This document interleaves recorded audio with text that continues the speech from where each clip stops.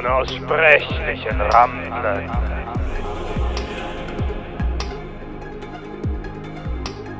My name is Marco Visconti, and through this podcast I will invite fellow magicians, occultists, artists, and mystics to ramble along with them and my supporters on Patreon. By doing so, I hope to introduce you all to a much wider perspective on magic than what we get nowadays from occult social media, which is frankly beginning to feel very stale, repetitive, and uninspired.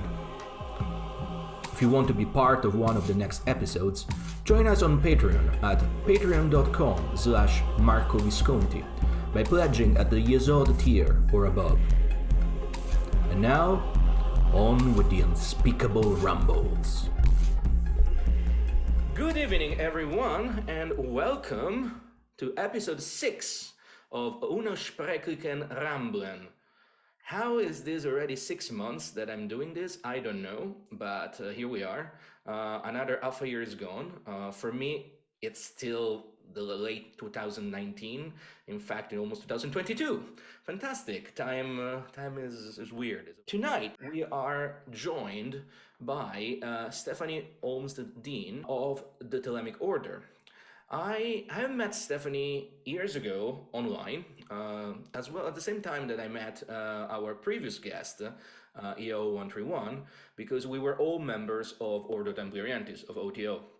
And we were all very active on the unofficial Facebook group of O.T.O, which is something that, if you don't know what I'm talking about, it's an interesting dichotomy. I will tell the story one day, not tonight.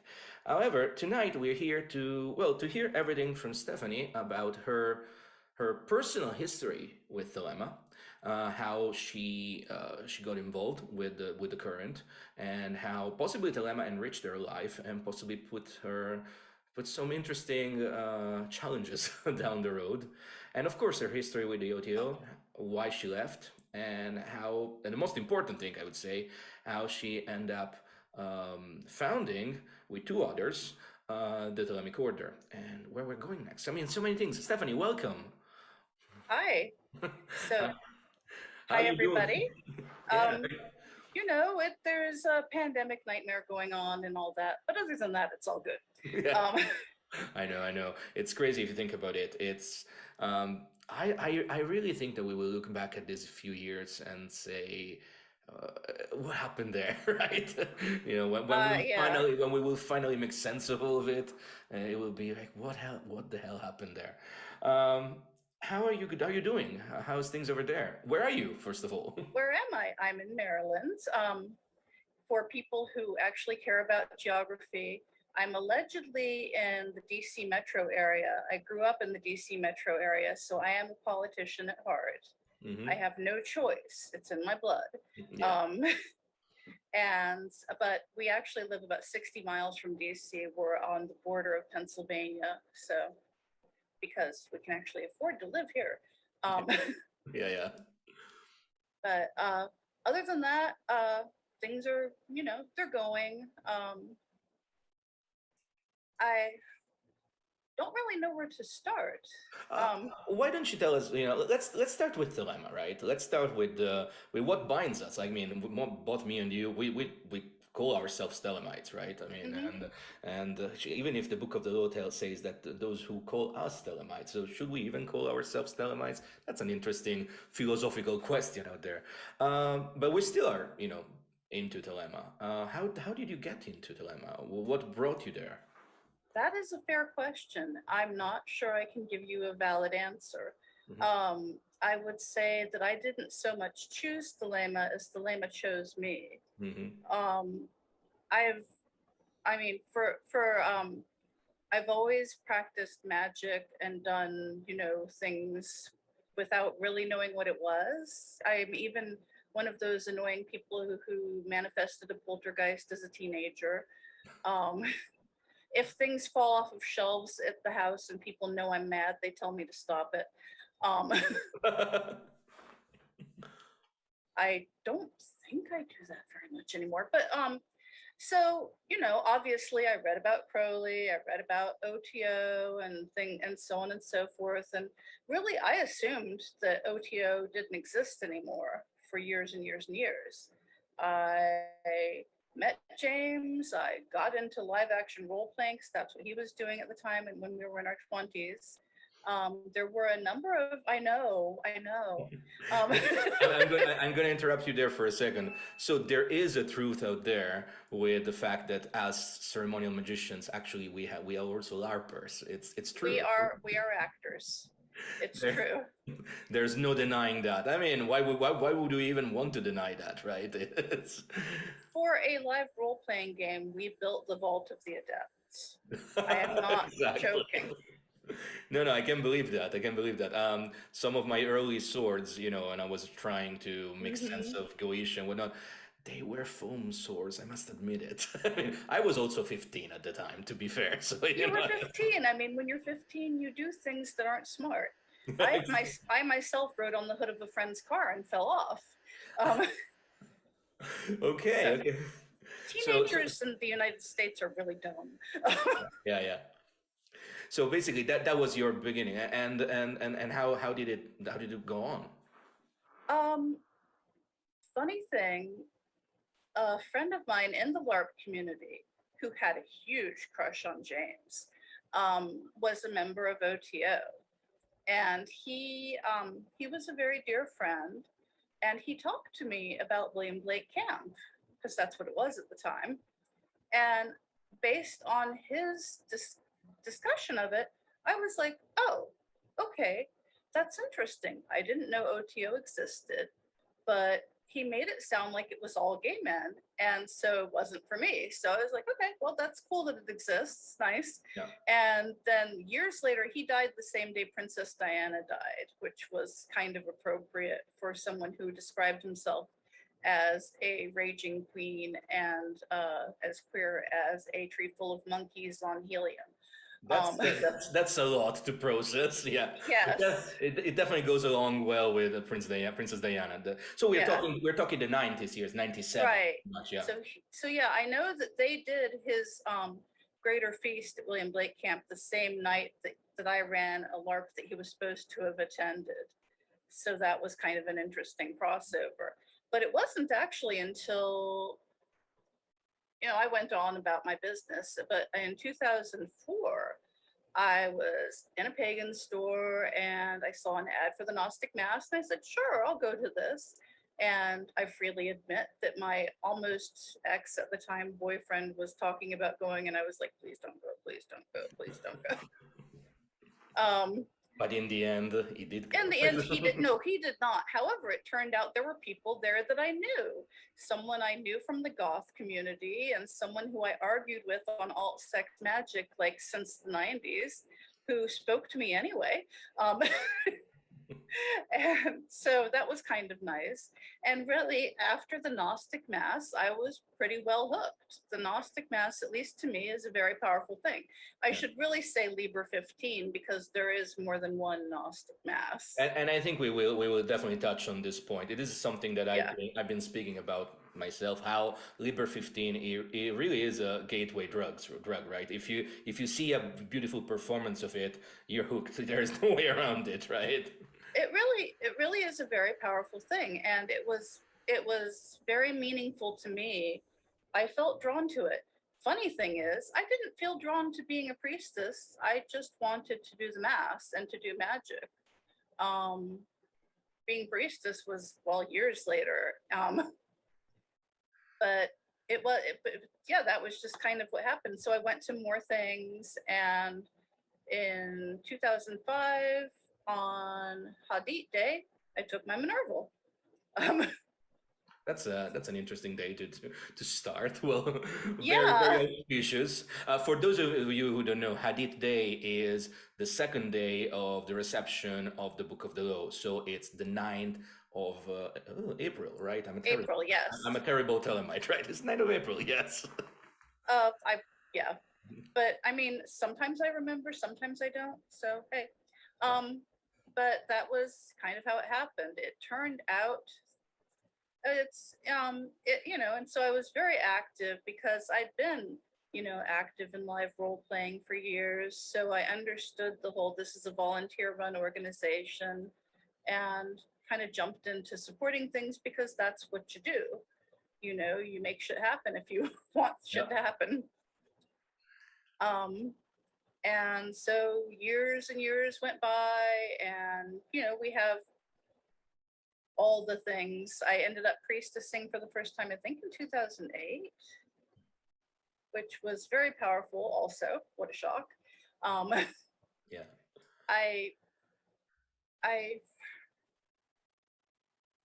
was ordained in 2011, I think.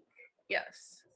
Also, I mean, it was the usual 10 years time or to go from Minerval to, well, to KW when you get the ordination. Again, for those of you who don't know how the O.T.O works, don't worry. It's something that, I mean, me and Stephanie, we spoke about this thing so much, and it kind of gets ingrained in your mind, all the structure. And because, I mean, I think you agree with me. On paper, the structure of O.T.O works very well. I mean, it's if you were to follow Liber 194, like all the checks and balances, how that structure should function.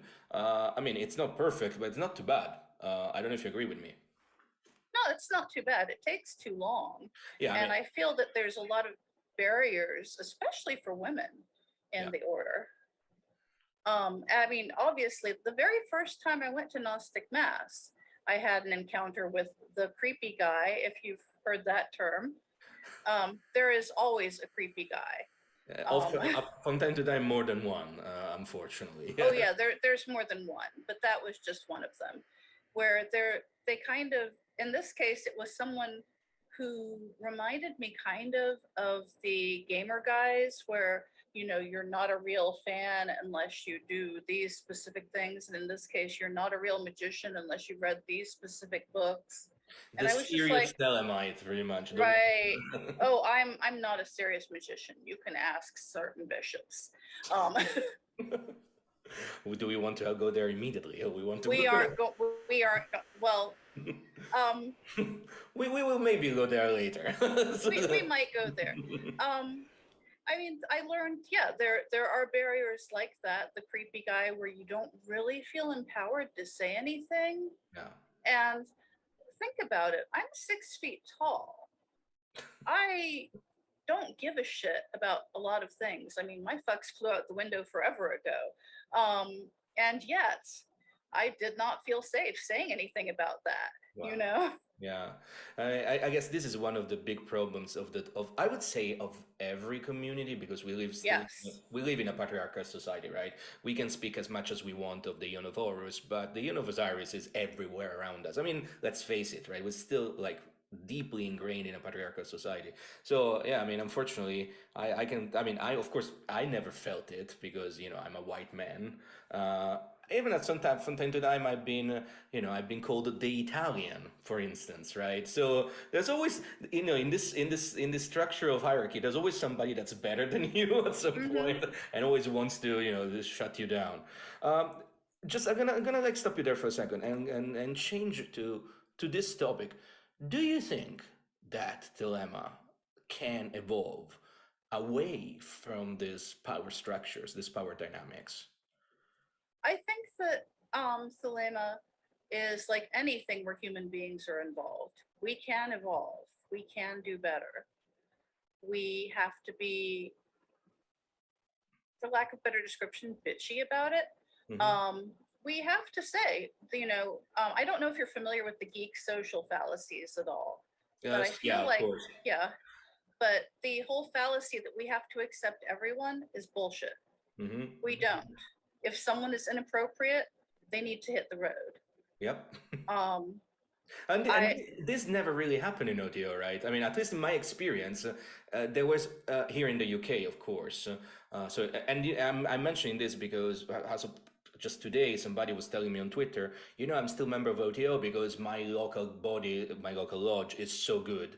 And I was like, there's always like this this approach to insularity. So if my little group is good, then I don't mind if the rest of the world goes to shit. And I think that's a problem already. It And really is. and here in the UK, in London, where I was treasurer for so many years, there was always like the creepy guy of various kinds, and to be fair, we were pretty good at at casting them away.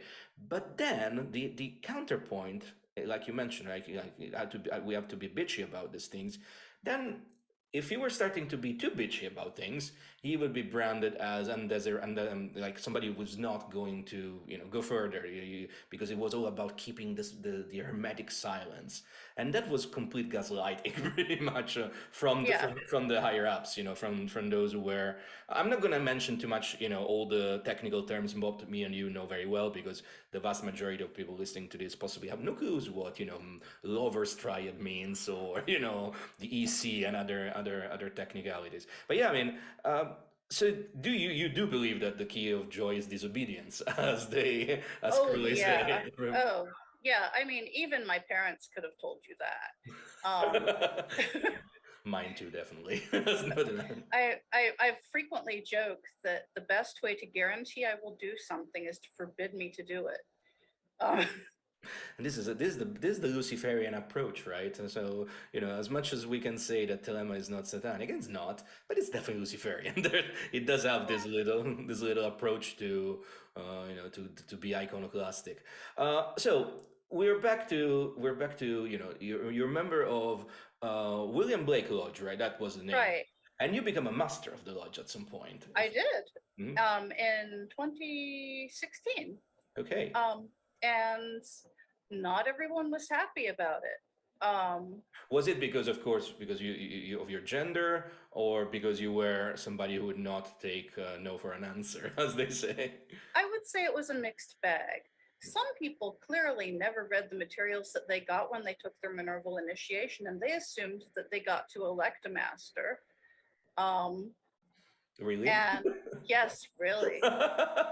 Okay, that's fantastic. For those of you who don't know, the O.T.O is not the democratic construct. It's not. It's a hierarchy. It's an hierarchy. It's a strict hierarchy. And when you take your first degree, which is degree number 0, called Minerval, there's a lesson in there called the paradox of philosophy that pretty much tells you that in order for you to fully do your will, you must relinquish control, pretty much. And then one day you will understand why. I am not sure I'm convinced about it anymore, so many years later. But, if you want to play by the rules of O.T.O, well, those were the rules of O.T.O, right? So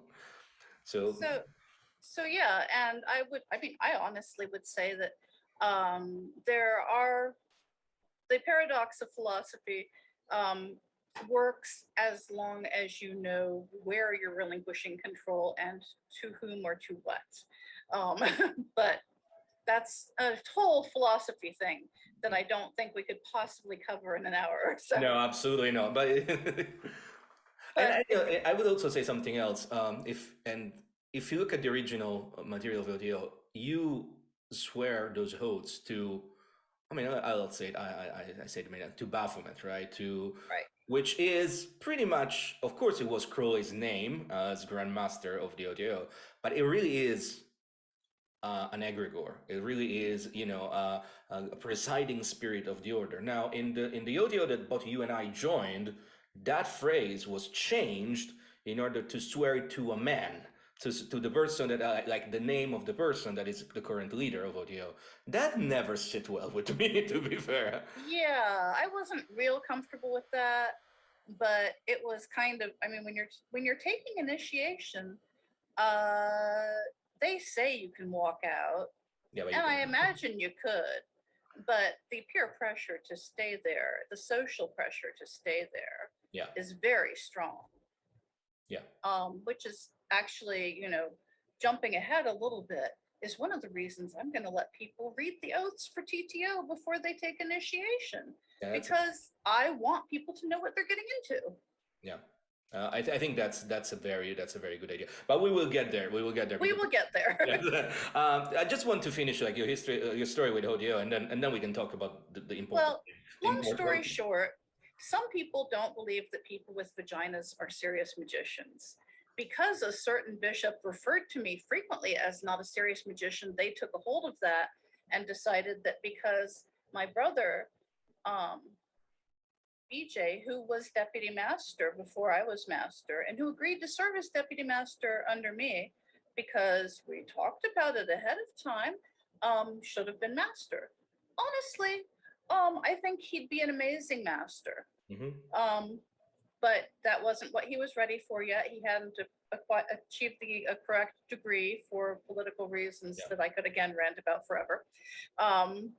And don't tempt me. Don't tempt me with these rants because I can rant forever. Oh, well, eventually I'm visiting Britain and we are going to drink and we are going to rant. We shall. Perfect. Everybody's invited, of course. So yes. we can have a full-on live ramble with. It will be awesome. Exactly. But anyway, BJ probably should have been master, but for various reasons he wasn't.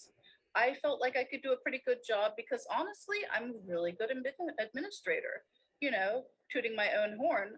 I have served as administrator for LARP organizations professionally. I have been an administrative assistant. Well, that's not what I do anymore, but I did that job. I managed a store, things like that for a good 20 years. So it's not like administering a lodge was really much more complicated. Yeah.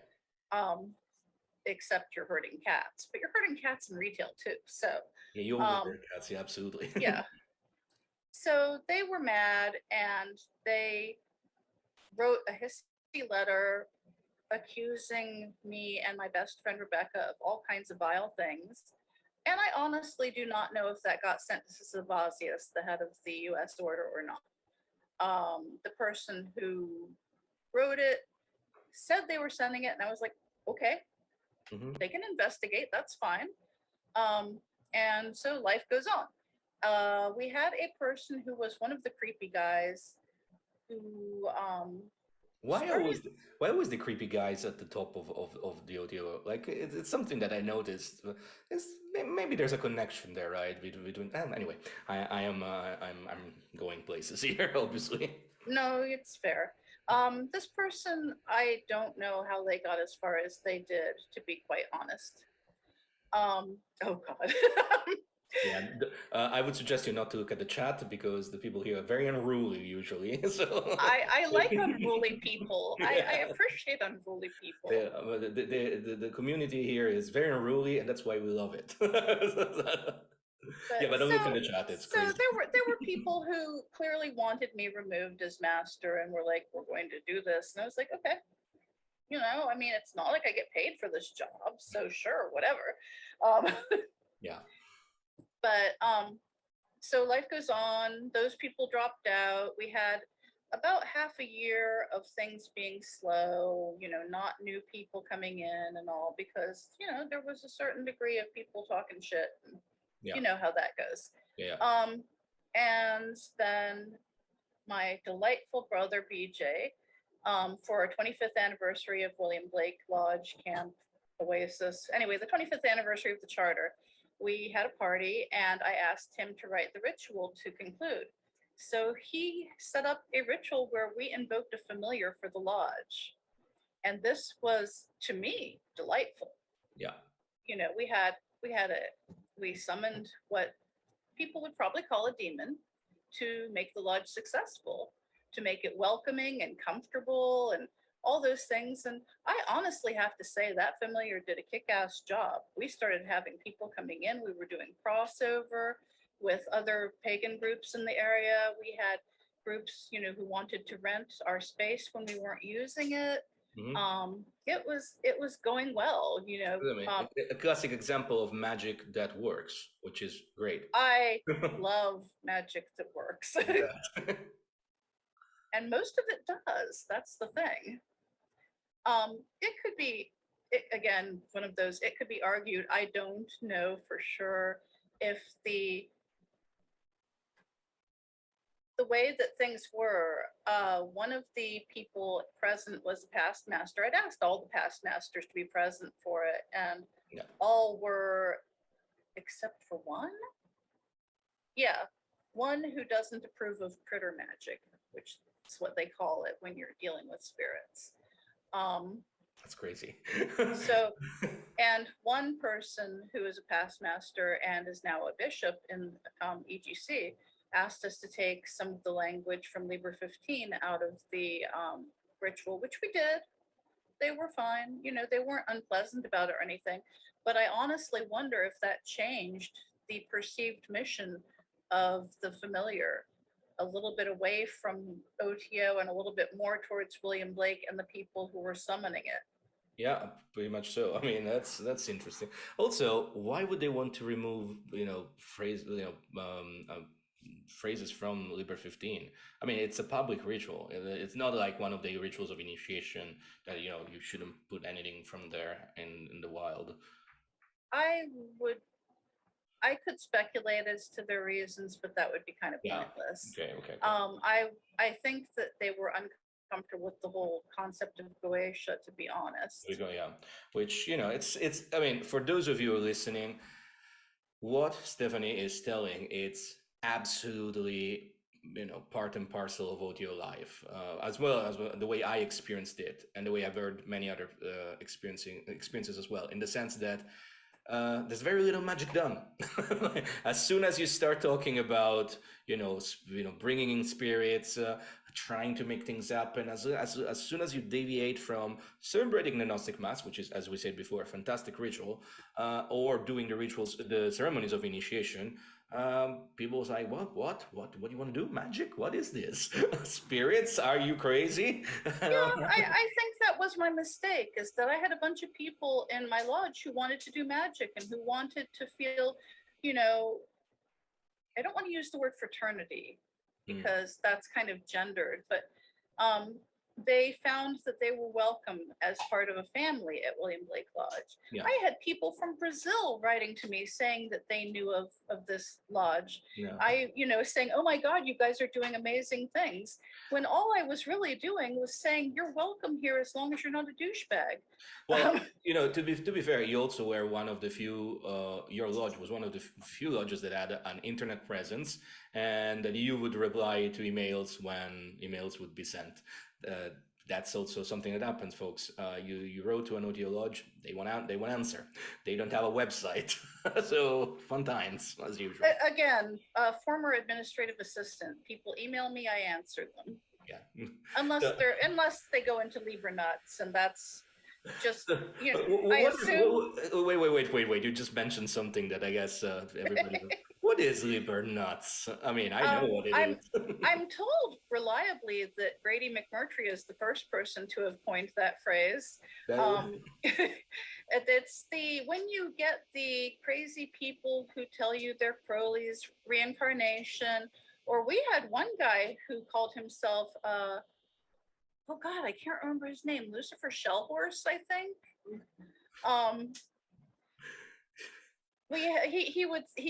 I had to block him from our phone because he would leave such rambling long messages on our voicemail that nobody else could call. Yeah. Where he would go on at length about going, I'm the beast 616, I know it, and I'm not making up the accent. So it's funny because this Liber nuts has been shared through all O.T.O lodges in the world, so we all added to it.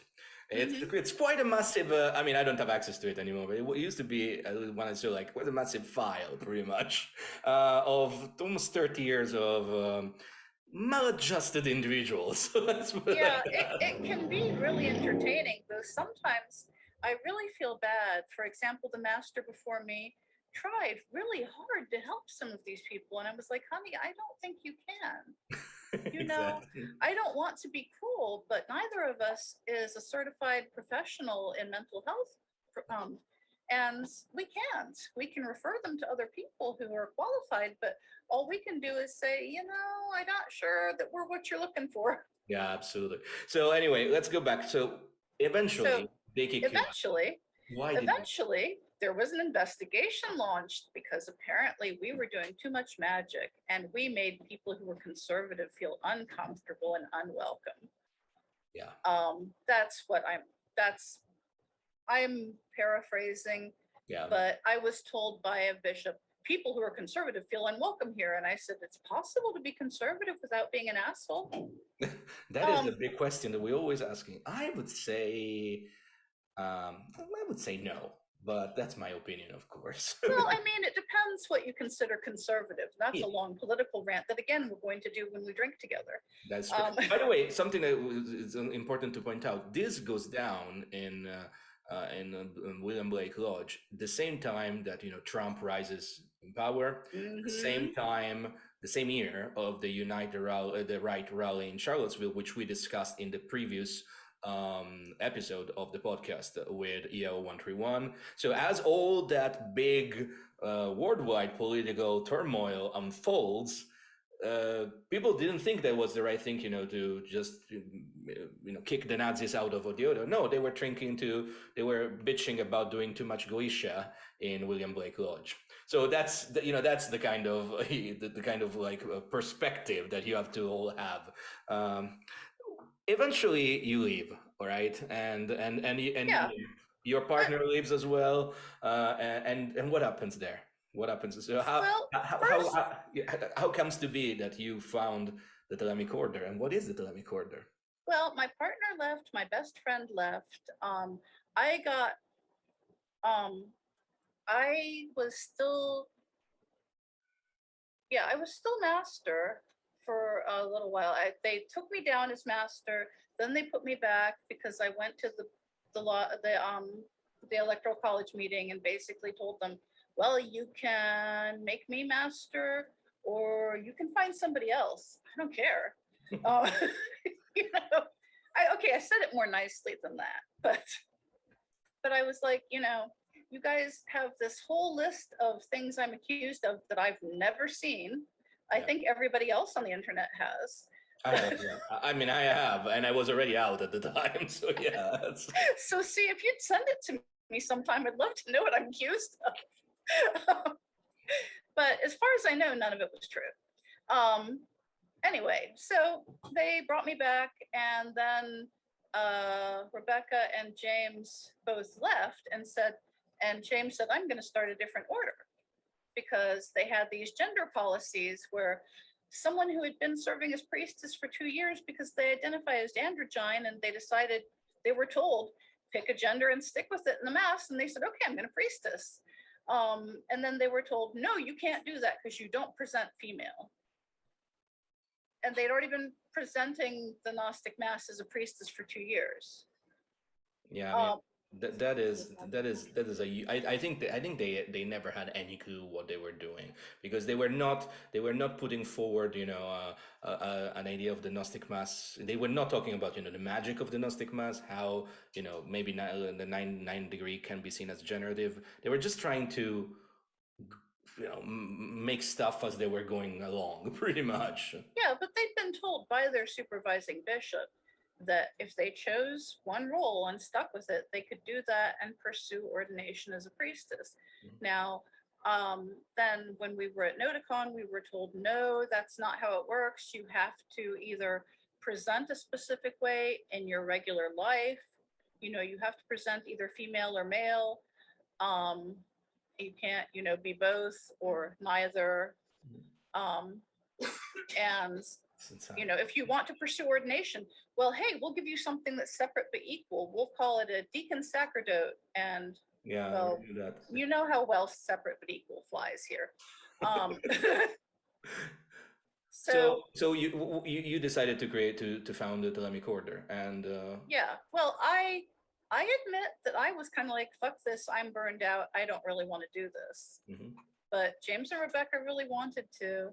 James really felt strongly that Thelema is bigger than O.T.O, which is not untrue. It's absolutely true. I mean, it's absolutely there are far more Thelemites in the world, and I mean, as you know, there are not many Thelemites in the world, unfortunately, yet, but there are way more Thelemites than there were ever O.T.O members, ever. Oh my God, yes. like ever. So he convinced me to agree to be the chief prelate of the order, basically the head of the religious arm. And I want to do a little shameless plug. The religious arm and the initiatory arm are in fact separate, for real. So if you for those of you who don't know, that was the original idea from Crowley, to have, you know, EGC, Ecclesia Gnostica Cattolica, on one side and the O.T.O on the other. There would be, you know, there would be connections, but it wasn't strong connections. And then the current leader of O.T.O, Bill Breeze, Ayman Elsbeta, in the 1990s, decided to fuse the two together just to accentuate more power onto himself. That's also why my church, the, you know, Ecclesia Gnostica Universalis, exists, because some people say no, fuck you, pretty much. yeah, that was a good summary of my feelings. But so if you ask me some things about the initiations, I might not know the answer. Mm-hmm. I'll refer you to someone who does. Yeah. But that's kind of how I've always been. I may not know the answer, but I'll refer you to somebody who does if I don't. Yeah. And so I don't know everything. the religious arm is called Ecclesia Gnostica Heterodoxa, if I'm not mistaken. Yes. And that means, of course, not orthodox, right? So Right. what do you what is it? How do you, what's your vision for it? I want people to be able to practice Thelema and their religion as they see fit within our understandings of consent and safety. I don't want people to have to only do one particular rite for the Mass. Mm-hmm. I think it would be great if we actually had sermons now and then. Mm-hmm. Absolutely, that's a good. That would be cool. I would be fine with that. I don't think there needs to be one particular practice for baptism, because a different priest or priestess or priestess might want to do it differently, and that's fine. Again, as long as it's within understandings that, you know, aren't going to endanger or violate someone, Mm-hmm. then I'm down with it. I have noticed over the past year that my job seems to be a lot of, well, what you're proposing sounds great, you should do that. Is there like, or are you working on some sort of magical formula behind the rituals you're putting there? And is there a ritual similar to Liber 15 that you are creating? There is a ritual. There are several rituals similar to Liber 15. We have the Thelemic Mass that we have. Let's see. I can't remember names. Oh, the Triune Mass. Thank you. James just reminded me because I was having a brain fart. We have the Triune Mass on our website, actually. Okay. We also have a couple of rituals written by other people that are possibilities. One of them was written by Thistam and I, who may not be known everywhere, but they, is this today? Yes. Okay. They have written a number of books about queer magic and non-gender specific magic. They are really amazing people, person, whatever. Yeah. But so they were inspired actually in William Blake Lodge when we were bitching about the gender policies. I would argue that one question that I have maybe is that, do you think that, because I definitely agree with you, and you know, as a bishop myself in EGU, we've been working on creating alternatives to Liber 15. Like, we still want to celebrate Liber 15 if COVID ever leave us be, pretty much. Yeah, that would be nice. That would be nice, right? But we still want to celebrate Liber 15. But my understanding of Liber 15, it is, and I wrote on Thelemic Union about that, and that generated some eyebrows, that I do think that Liber 15 is a gender-based ritual. Okay, it's something that creates something. It's there. Basically, there's a life that's created there, and then the life is synthesized into the Eucharist. I always thought that, I mean, that's only one ritual. We should create a variety of them, so every expression of gender and everything in between can partake of the mysteries, if you want to use this term. Do you think that's a good approach, or do you think that, you know, Liber 15 in fact can be seen as a genderqueer ritual? I think it can. Okay. If you look at Crowley's writing about his own gender persona. Yeah, well, of course. Yeah, and if you look at just the fact that, you know, if you go back to what we said about role playing, anyone can carry that energy that we describe as feminine. Okay. Anyone can generate the energy that we describe as masculine. We describe them with those words largely because we don't have other ways of doing it. Mm-hmm. We need to come up with different ways of describing those energies. But I mean, No, no, it's not. I take your point. I guess that for me, since I was a sex magician. That sounds very interesting. It's not, folks. Doesn't it though? It's like, but I was a sex magician before I was a priest, before I was a bishop. In fact, when I started, being interested in magic, I never thought I would be so involved in the more religious side of Thelema, because coming from Rome, Italy, I was like, no, church is bad. I don't want churches, right? However, it's something that grew on me because, like we said, it's such a beautiful ritual. It kind of grows on you. But being first and foremost a sex magician, at first I was working with fluids, right? And and again, maybe it's because my perspective is limited by the fact that I am male identifying, cis, heterosexual. I am like the most boring part of of the spectrum, right? I'm as simple as it gets. But I would not call you boring at all. Yeah, many people wouldn't either. But on that side, but on the way I identify myself, it's male, heterosexual, cis, and I'm terrible at all this nomenclature. But I always thought, there is power in the male fluids, as there is a power in the female fluid. So if you don't, you can, of course, you can embody another energy. I mean, I have embodied other energies as well. I know that's absolutely possible. However, when it comes to the production of the fluid, that's gonna be edited, maybe. Like it's more something that I feel very connected to my biology and physiology. What do you think about that? Biology is one thing, and there's some alchemical notions in there as well, I would say. Mm-hmm.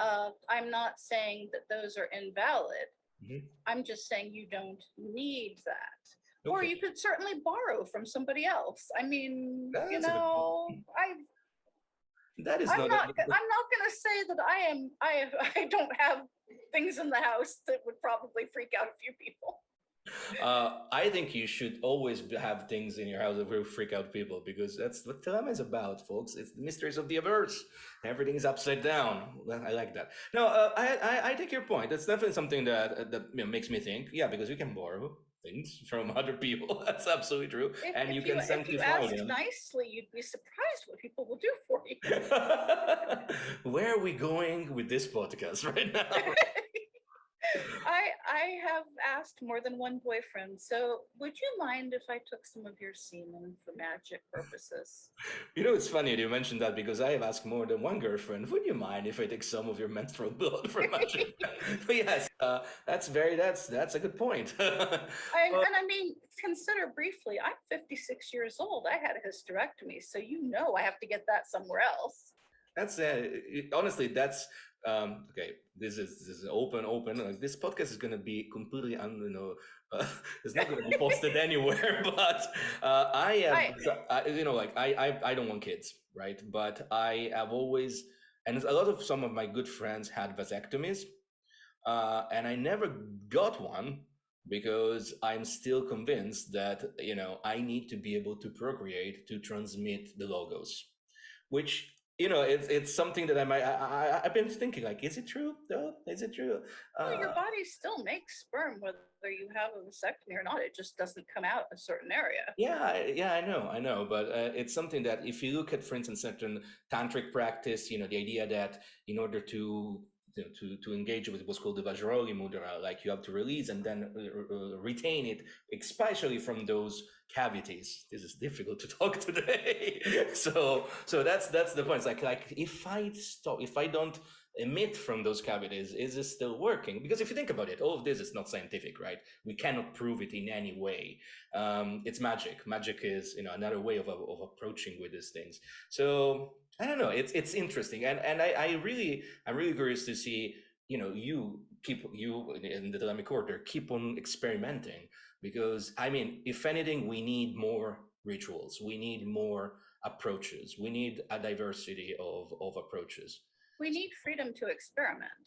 Yeah, A absolutely. lot of the rituals we did at William Blake Lodge were experimental. We did some Dionysian rituals. I found out that Brother BJ and I had both since high school, because we both took Latin in high school. God, we're nerds. Um, we 7 years both, of Latin. I know the okay, then you totally understand. Um, my Latin teacher from high school even has a Latin inscription on his gravestone. So, so yeah, we were big time nerds. We found out both of us had always wanted to do a Lupercalia ritual, so we did one.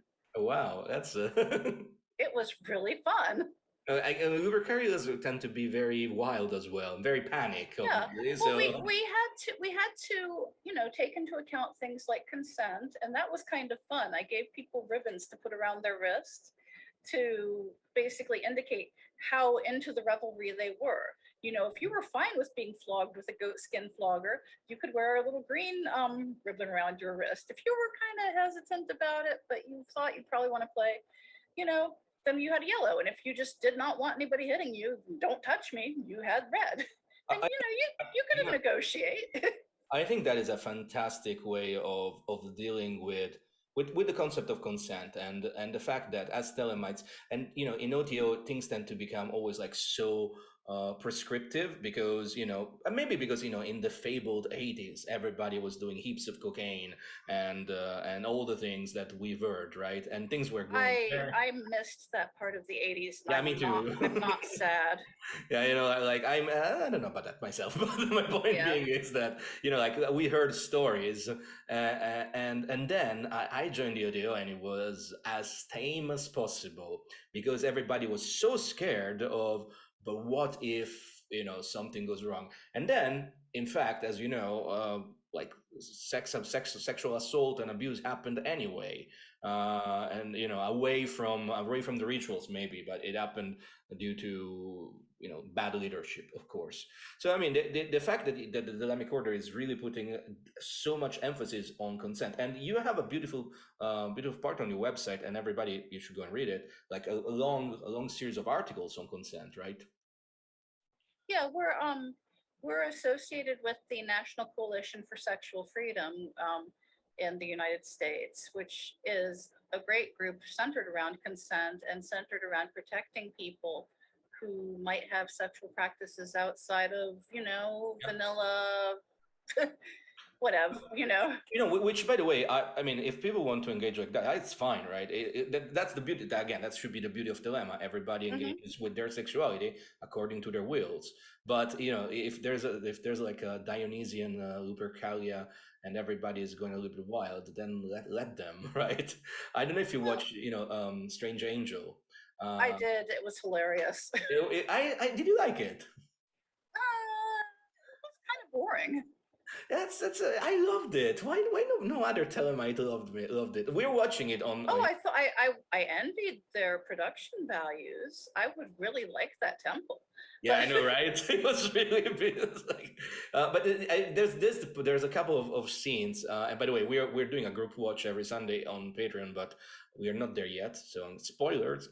There's a scene whereby they have a big party, and I was like, oh, that's what the O.T.O party should have been like, but possibly But I don't think they were in the 40s and 50s. I could. Oh no, I think I agree with you. I think that was definitely Hollywood ideas of the 40s and 50s, pretty much, right?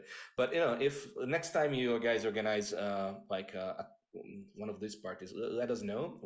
If COVID allows, we might come and visit. I would love to have you. Yeah. But yeah, we actually tried to write a consent policy for William Blake Lodge, and we were shot down by my supervising bishop and a couple of other people because they didn't want to mention sex. What? That might give people the idea that people might have sex at a ritual. And I was like, well, they are. So maybe we should have some consent rules, That's crazy. Like I can't. But I know, so you see why we had this weird dichotomy where people were clearly having sex. Yeah, absolutely, of But course. we were going to pretend they weren't, and that made it okay. I'm so glad that you're here, like speaking about this, because I've told the story of how O.T.O is not what people think for so long, and now I'm not the only one saying it anymore. To be I fair, mean, like last I, last episode was pretty clear on that again, thanks to Yellow 131. But yeah, don't join I mean, I'm pretty boring as people in sex magic go. I'm basically cishet. I am an ally in that I support you doing pretty much whatever the hell you want as long as you're a consenting adult. it. Hell, you can do it in front of me for all I care. Yeah, I get it. I get it. Um, but I'm kind of boring. So I thought it was funny that I really got this reputation as apparently being a big old hoe. it's crazy, right? So, what's the status of the Thelemic Order now? I mean, it's you guys founded it in 2018, if I'm not mistaken, was it? 2019. 2019. Right, yeah. Time is I weird. know it's confusing, but yeah, it was after the 2019 Noticon when they Okay. announced their separate but equal gender Gender policies. policy, yeah. Um, And so basically, it's of course, let's say it's 2 years, but of course, it's really not because of COVID. But it seems to me that you already have quite a number of members around the world, right? we have a number of members. I don't know the number. I'm not going to make anything up off the top of my head. Yeah. We even have a couple of bodies in Italy. I know, I've noticed, and I was like, oh, that in Sicily of all places, I which, know, right? which I'm is kind of like, excited. it's interesting. I don't know how they survive because I know what goes on in Italy, especially in Sicily. But let's hope that they are safe and sound over there. Because So far, they have lived, and that that's makes me happy. that's fantastic. Um, We've mostly been doing stuff either in small groups, where we know everybody's vaxxed or masked or whatever. mhm. We haven't been able to do initiations because they do require actually being present with each other. Yeah. We are actually planning, and God help us, we're planning to go to Florida and do some initiations and consecrations. Um, so So and this when it's going to happen? November. In November. Okay. Okay. Okay. So we ourselves are vaccinated. We will be so masked. We are flying out of a local airport because we will be around fewer people. And we don't really plan to associate with anyone other than the people, we're dealing with. Yeah. Yeah. Um, And do you have a vaccination protocol, like requirement or protocol, or you just hope that people are sensible, pretty much? we are mostly letting people behave according to their common sense, consent and safety. Yeah. We have one brother who has bravely traveled all the way to Colorado to get their consecration and then passed it along to us, and hasn't gotten COVID. God, fingers crossed that they don't. Um, Wow. um, That's, but obviously, I'm hoping infection rates go down. yeah. Florida is I mean, it's scary. Florida. It's Yeah, Florida. it's Florida. It's It's the Florida. part of the United States where you can guarantee there's a news item you don't want to know about. Um, Absolutely, absolutely. um, I have a couple of questions from the Patreon here, the patrons here, and this is like from Sammy, and she asked something that actually it's in my head as well. I'm always trying to figure it out myself. How do you think it's possible to make Thelema more attractive for younger people and women in general? those are both good questions. I am not 100% sure. There are too many older people practicing, not enough younger people. I do think it would be helpful if we listened to younger people Mhm. and let them get involved. I have noticed among a number of Thelemites, we get presented with new ideas and we're like, oh no, that won't work. And a lot of times, at least in my experience, it's best to go ahead, listen, don't run it through the this won't work filter, but say, well, it would be interesting to try that. Have you thought about X? A lot of times maybe they haven't, or maybe they have and they have an answer.